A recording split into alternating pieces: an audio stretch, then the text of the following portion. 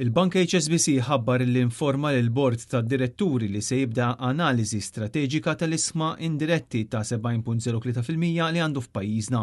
B'esperti finanzjarji jindikaw il-bank possibilment jafitem l-attività tiegħu f'Malta wara 25 sena.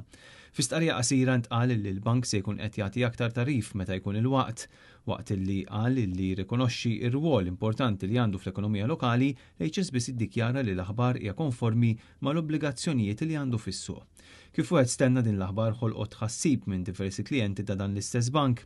F'kummenti ma' Times of Malta fil-bidu tas-sena, il-kap eżekuttiv tal-HSBC kien qal li mhuwiex ippjanat li l-bank iħalli s-suq Malti, għalkemm din is-sena biss l-HSBC għalaq l-operat tiegħu f'numru ta' pajjiżi.